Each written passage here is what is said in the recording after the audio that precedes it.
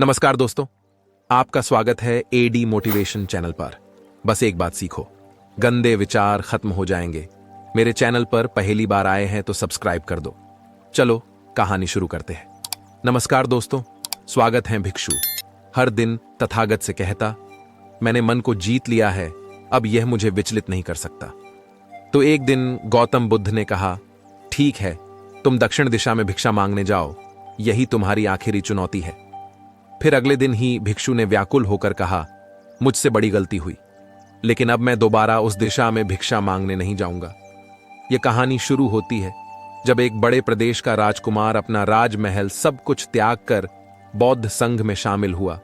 शुरुआती दिनों में नए भिक्षु ध्यान करना सीखते, इसके साथ साथ गौतम बुद्ध उन्हें भिक्षा मांगने भेजते ताकि भिक्षुओं का अहम कमजोर हो और उनका व्यवहार विनम्र हो जाए। संघ में आने के कुछ समय पश्चात राजकुमार भी भिक्षाटन पर जाने लगा। शुरू शुरू में सब ठीक था, लेकिन कुछ ही दिनों में घटना घटी जिस कारण राजकुमार विचलित हो गया और उसने भिक्षाटन पर जाने से मना कर दिया। भिक्षाटन का नियम था कि भिक्षु केवल 2 घरों में भिक्षा मांगते और नहीं मिलती तो आश्रम वापस आकर जल ग्रहण करते। एक बार राजकुमार भिक्षु नगर में भिक्षा मांगने निकला और दूसरे सहयोग से भिक्षा नहीं मिली। शुरू में राजकुमार भिक्षु को निराशा हुई, लेकिन कुछ ही पलों में उसका मन शांत हो गया, जैसे कुछ हुआ ही ना हो। बिना प्रयास के आज भिक्षु बड़ा प्रसन्न था। उसने लौटकर गौतम बुद्ध से कहा, आज मुझे भिक्षा प्राप्त नहीं हुई, लेकिन मेरा मन शांत है, ना किसी विचार ने मुझे परेशान किया। गौतम बुद्ध भिक्षु की सारी भावनाएं समझ रहे थे। तथागत ने कहा, अच्छी बात है, अब तुम कल महल की तरफ भिक्षा मांगने जाना।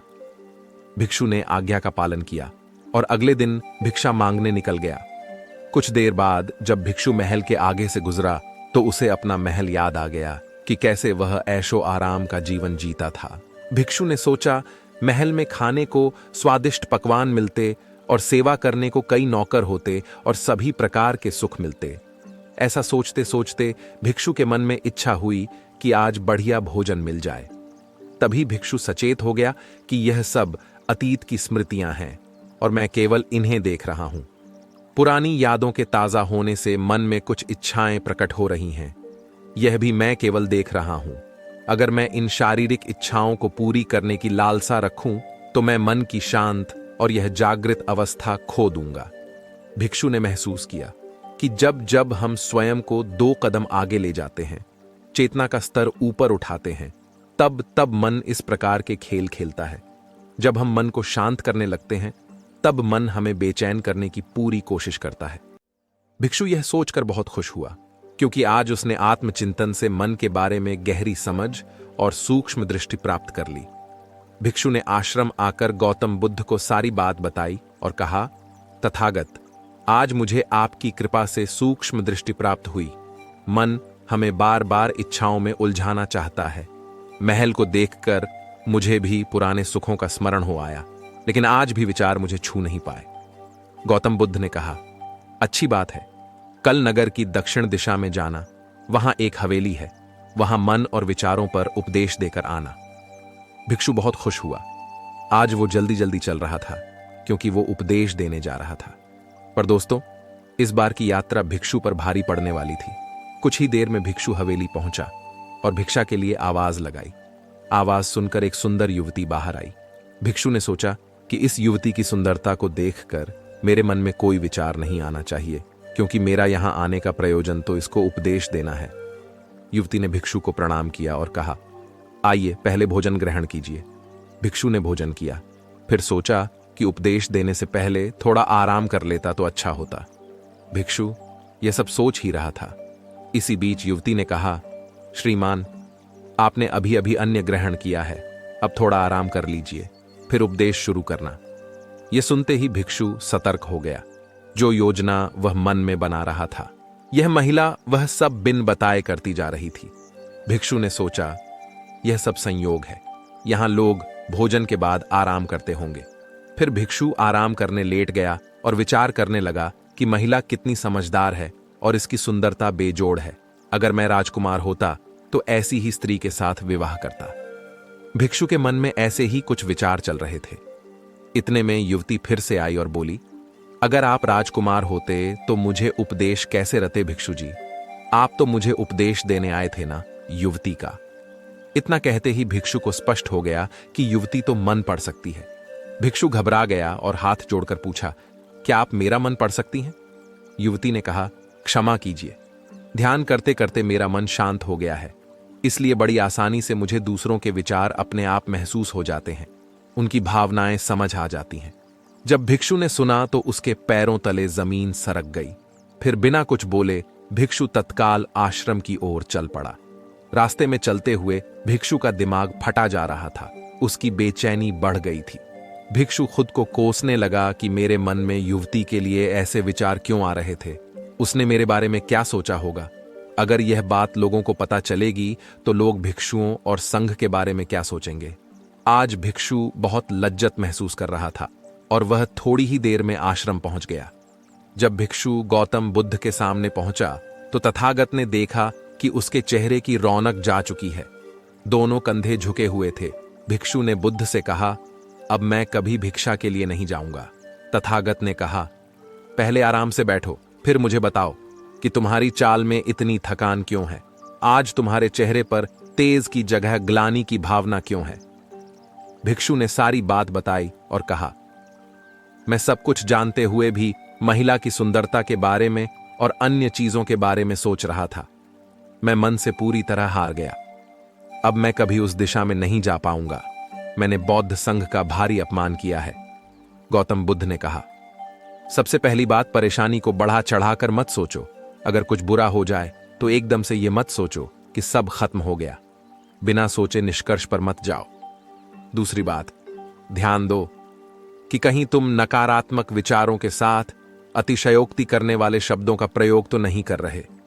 जैसे मैं हमेशा हारता हूं, जीवन में कुछ नहीं बचा। मैं मन से पूरी तरह हार गया। मेरे साथ कोई नहीं है, क्योंकि ऐसा करने से मन अति भावुक और विचलित हो जाता है और नकारात्मक विचारों के चक्र में फंसा रहता है। तथागत के शब्दों से राजकुमार भिक्षु के मन को सांत्वना मिली। भिक्षु ने पूछा, अगर मैंने अपने मन को जीत लिया था तो फिर मन ने मुझे परेशान क्यों किया?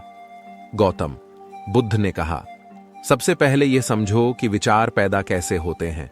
पहले बाहर कुछ हुआ, फिर उस घटना के प्रति अंतर्मन ने प्रतिक्रिया की। इस कारण शरीर में भावना या सनसनी पैदा हुई। फिर इस सेंसेशन या फीलिंग के प्रति तुम्हारे सचेत मन ने यानी कॉन्शियस माइंड ने प्रतिक्रिया की। इस आखिरी स्टेप को हम विचार कहते हैं। भिक्षु ने पूछा, हमको परेशान करने की विचारों में इतनी शक्ति आती कहां से है? गौतम बुद्ध कहते हैं कि हम खुद विचारों को यह शक्ति प्रदान करते हैं। जब आप जजमेंट और सही गलत के टैग लगाकर विचारों को देखते हो तो उनके प्रति रिएक्ट करने लगते हो। एक विचार के साथ अन्य विचार भी सोचने लगते हो। जब तक आप खुद को जज करोगे तब तक मन आपको नीचा दिखाकर हावी होता रहेगा। भिक्षु ने पूछा, फिर मन शांत कैसे होगा? गौतम बुद्ध ने कहा, अगर विचार है तो शरीर में भावना भी महसूस हो रही है, क्योंकि हर विचार भावना के साथ प्रकट होता है। अगर आप अश्लील विचार महसूस कर रहे हो तो इसका मतलब है कि शरीर में एक भावना यानी सेंसेशंस भी महसूस हो रहे हैं और फिर आप उसके बारे में सोच रहे हो या रिएक्ट कर रहे हो। और इसी बात में मन को शांत करने का तरीका छपा है।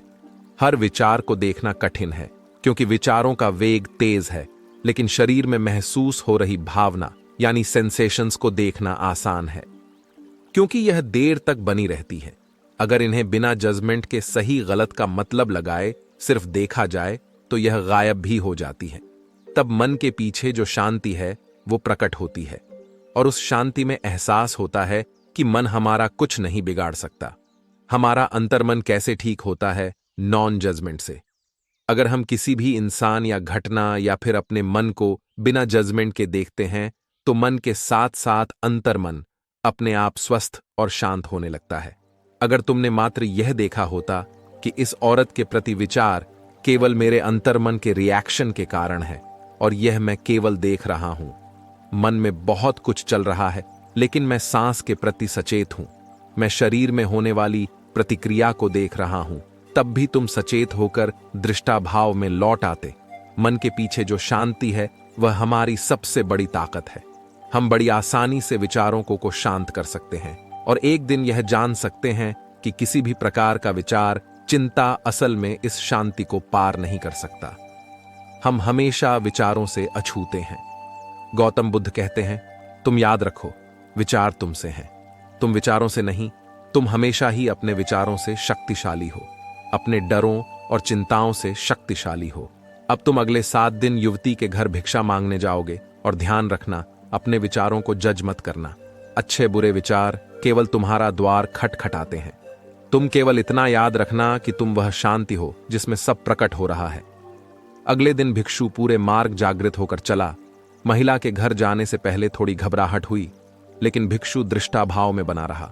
विचारों को, शरीर में उठ रही भावनाओं को, डरों को, गिल्ट को, सबको बस देखता रहा। जब वापस लौटा तो वह पूरी तरह शांत था।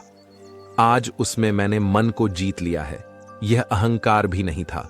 आज उसने सही मायनों में मन को पार कर लिया था।